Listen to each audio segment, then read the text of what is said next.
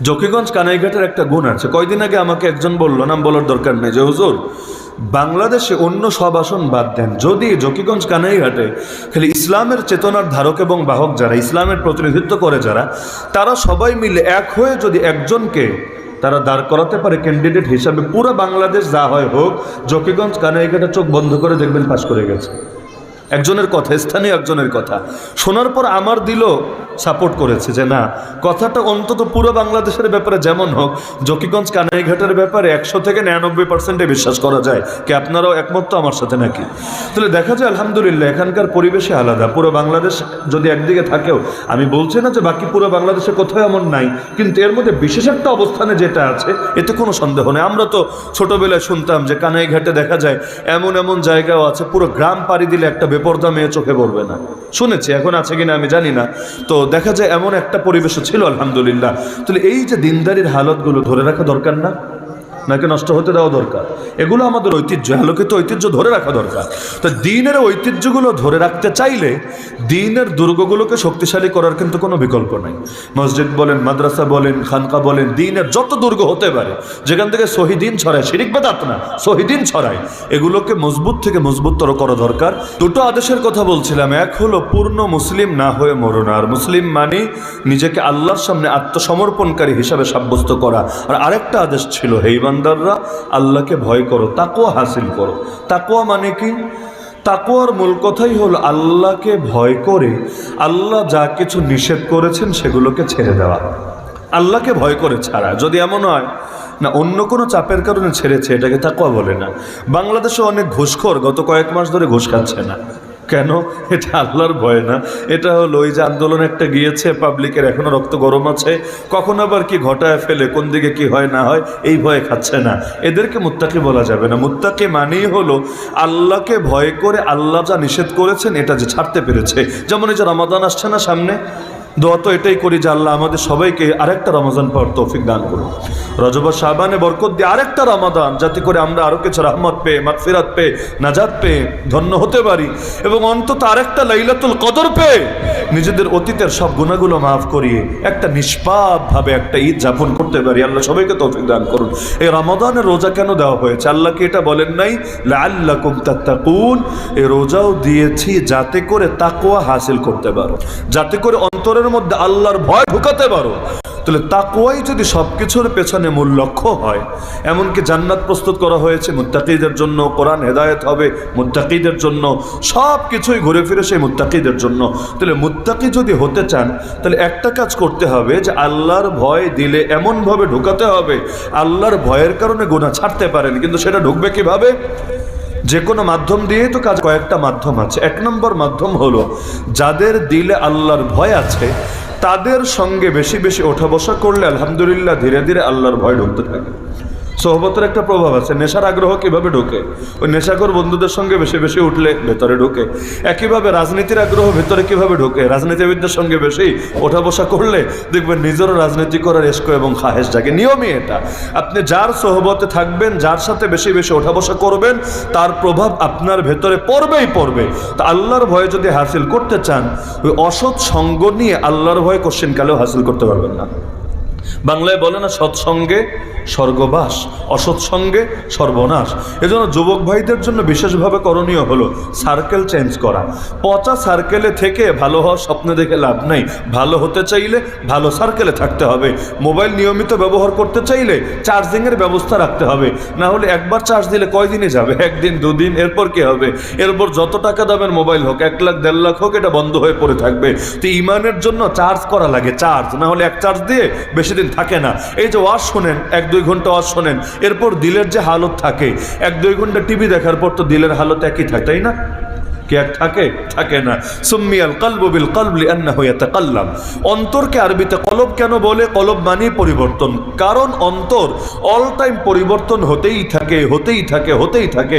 এখন যে হালতে আছে 2 ঘন্টা পর সেই হালতে নাও থাকতে পারে। এজন্য অল টাইম নিজের কলবের, নিজের অন্তরের, নিজের আত্মার চার্জিংয়ের ব্যবস্থা রাখতে হবে।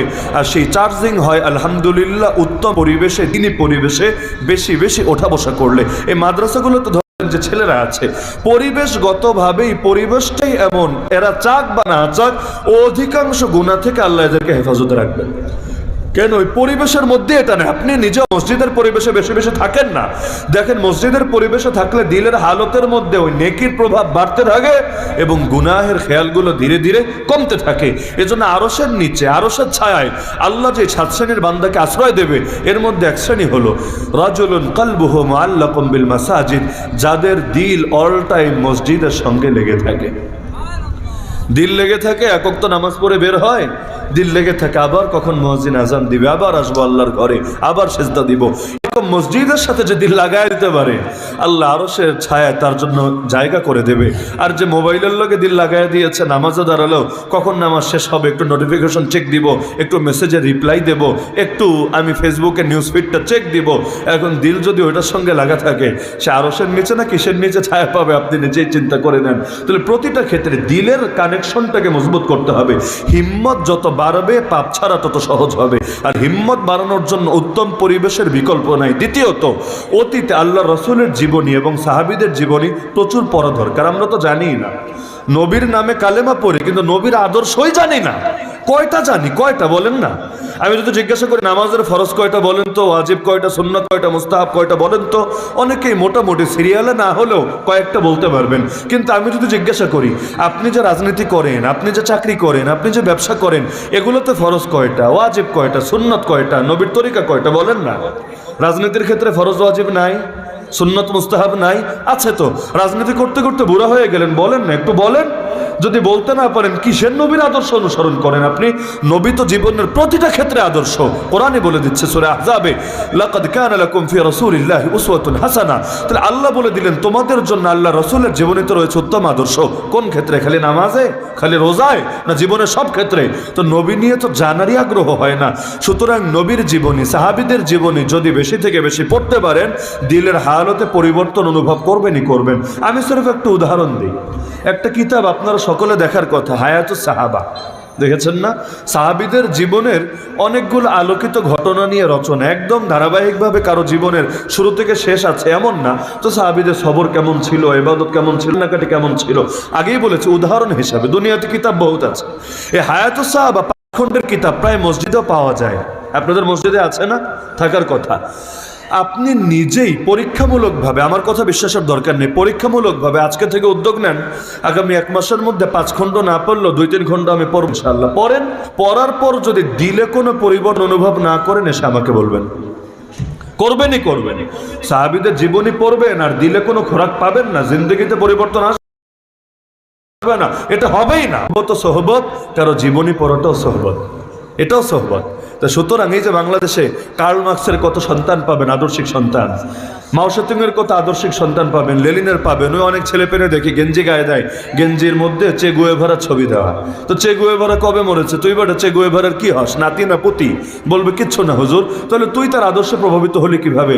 না, তার বই পড়তে পড়তে, তার লেখা পড়তে পড়তে, তাকে নিয়ে অন্যরা যা লিখেছে এবং বলেছে এগুলো পড়তে পড়তে এবং শুনতে শুনতে, তার মানে সোহবতের প্রভাব আছে। তাহলে এই পড়াটা যদি তাকে নিয়ে না পড়ে আমিরুল মুমিনিন ওমরকে নিয়ে পড়তা, তাহলে হয়তো তোমার দিলে ওমরের মহব্বতটাই বেশি ঢুকতো এবং তোমার গেঞ্জিতে চে গুয়েভারা ছবি না এসে আমার নেতা ওমর, এই টাইপের কোনো একটা ডায়লগ হয়তো থাকতো।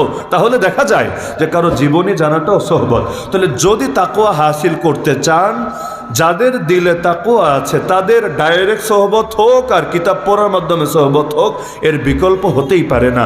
সৎসঙ্গ যত বেশি হবে স্বর্গবাস হবে, অসৎসঙ্গ যত বেশি হবে সর্বনাশ হবে। মনে থাকবে তো ইনশাআল্লাহ? তো দুটো আদেশ আমরা মৌলিকভাবে আঁকড়ে ধরবো। আর শেষ কথা সেটা হলো, যেহেতু এটা মাদ্রাসার ওয়াজ এবং সকলে মিলে আপনারা নিয়মিত খেদমত করে থাকেন, এমনি জকিগঞ্জ কানাইঘাটের একটা গুণ আছে আলহামদুলিল্লাহ। ভয় পায়েন না, বসেন। 2 মিনিট বসলে লস হবে না। যারা দাঁড়াচ্ছে একটু বসায় দেন। 2 মিনিট বসলে জিন্দগিতে লস হবে না ইনশাআল্লাহ। আপনাদের চাইতে আমার সময়ের দাম কম না, আমার আরও বহু দূরে যাওয়া লাগবে, সেই গোয়েনঘাট। এখন এমনকি দুপুরে খাবারও খাই নাই, না খাই কিন্তু বয়ানে আছে, এখনো খাই নাই। আচ্ছা, যে প্রসঙ্গে বলছিলাম যে জকিগঞ্জ কানাইঘাটের একটা গুণ আছে। কয়দিন আগে আমাকে একজন বলল, নাম বলার দরকার নেই, যে হুজুর বাংলাদেশে অন্য সব আসন বাদ দেন, যদি জকিগঞ্জ কানাইঘাটে খালি ইসলামের চেতনার ধারক এবং বাহক যারা, ইসলামের প্রতিনিধিত্ব করে যারা, তারা সবাই মিলে এক হয়ে যদি একজনকে তারা দাঁড় করাতে পারে ক্যান্ডিডেট হিসাবে, পুরো বাংলাদেশ যা হয় হোক, জকিগঞ্জ কানাইঘাটা চোখ বন্ধ করে দেখবেন পাশ করে গেছে। একজনের কথা, স্থানীয় একজনের কথা শোনার পর আমার দিলও সাপোর্ট করেছে যে না, কথাটা অন্তত পুরো বাংলাদেশের ব্যাপারে যেমন হোক, জকিগঞ্জ কানাইঘাটের ব্যাপারে 100 থেকে 99% বিশ্বাস করা যায়। কি আপনারাও একমত তো আমার সাথে নাকি? তাহলে দেখা যায় আলহামদুলিল্লাহ এখানকার পরিবেশে আলাদা। পুরো বাংলাদেশ যদি একদিকে থাকেও, আমি বলছি না যে বাকি পুরো বাংলাদেশে কোথাও এমন নাই, কিন্তু এর মধ্যে বিশেষ একটা অবস্থানে যেটা আছে এতে কোনো সন্দেহ নেই। আমরা তো ছোটবেলায় শুনতাম যে কানাইঘাটে দেখা যায় এমন এমন জায়গাও আছে পুরো গ্রাম পাড়ি দিলে একটা বেপরদা মেয়ে চোখে পড়বে না, শুনেছি, এখন আছে কিনা আমি জানি না। তো দেখা যায় এমন একটা পরিবেশও ছিল আলহামদুলিল্লাহ। তাহলে এই যে দিনদারির হালতগুলো ধরে রাখা দরকার না, নাকি নষ্ট হতে দেওয়া দরকার? এগুলো আমাদের ঐতিহ্য, আলোকিত ঐতিহ্য ধরে রাখা দরকার। তো দিনের ঐতিহ্যগুলো ধরে রাখতে চাইলে দিনের দুর্গগুলোকে শক্তিশালী করার কিন্তু কোনো বিকল্প নাই। মসজিদ বলেন, মাদ্রাসা বলেন, খানকা বলেন, দিনের যত দুর্গ হতে পারে যেখান থেকে শহীদিন ছড়ায়, শিরিক বেদাত না, শহীদিন ছড়ায়, এগুলোকে মজবুত থেকে মজবুততর করা দরকার। এজন্য প্রতিষ্ঠানের খেদমতটা আপনারা নিয়মিত করেন। হযরত অনুরোধ করলেন যে এখন যারা চাচ্ছেন নগদে খেদমত করবেন, এখানে এসে শরীক হতে পারেন। আল্লাহ যাদেরকে যেমন সামর্থ্য দিয়েছেন প্রত্যেকে নিজের সামর্থ্য অনুসারে খেদমত করলেন। আল্লাহকে বললেন, আল্লাহ সামর্থ্য বেশি নাই, যা পারলাম তাই দিলাম, তুমি তো দিলের হালত জানো, আল্লাহ তুমি আমার সর্বোচ্চ সওয়াবটাই দিয়ে দাও। সম্ভব তো ইনশাআল্লাহ? তো আমাদের যাদের সম্ভব আমরা এখনই শরীক হই ইনশাআল্লাহ, সকলের জন্য দেওয়া হবে। আল্লাহ তাআলা সবাইকে তৌফিক দান করুন এবং সবাইকে জাযায়ে খায়র দান করুন। এই প্রতিষ্ঠানকেও কিয়ামত পর্যন্ত কায়েম এবং দায়েম রাখুন, আমিন। কয়েকজন ছাত্র এখন যাবে আপনাদের সামনে, একজনে মাহরুম থাকবেন না ইনশাআল্লাহ। আল্লাহ যাকে যেমন সামর্থ্য দিয়েছেন সবাই শরীক থাকবেন। হ্যাঁ, কারো পকেট খালি থাকলে আপনি থাকেন, বসে থাকেন, সমস্যা নেই। আপনার বসার দ্বারাও আরেকজন ভাই খেদমতে শরীক হলে আলহামদুলিল্লাহ। কিন্তু পকেটে যদি সামান্যও থাকে দিবেন ইনশাআল্লাহ। আর আল্লাহকে দেওয়ার সময় বড় নোটটাই দেওয়ার চেষ্টা করবেন যদি সাধ্যে কুলায়। মাশাআল্লাহ, সবাই শরীক হয়ে ইনশাআল্লাহ। এগুলো আমাদের নাজাতের জরিয়া। আমরা মরার পরও এই ব্যাংক ব্যালেন্স জারি থাকবে। আল্লাহ তাআলা কিয়ামতের দিন এটাকে 10 গুণ বাড়িয়ে অন্তত আমাদেরকে সওয়াব দিবেন ইনশাআল্লাহ। মাশাআল্লাহ, এক ভাই 1000 আর এক ভাই 700। আল্লাহ তাআলা তাদের দানকে কবুল করুন মাশাআল্লাহ। মাশাআল্লাহ, এক মাদ্রাসার সাবেক ছাত্র।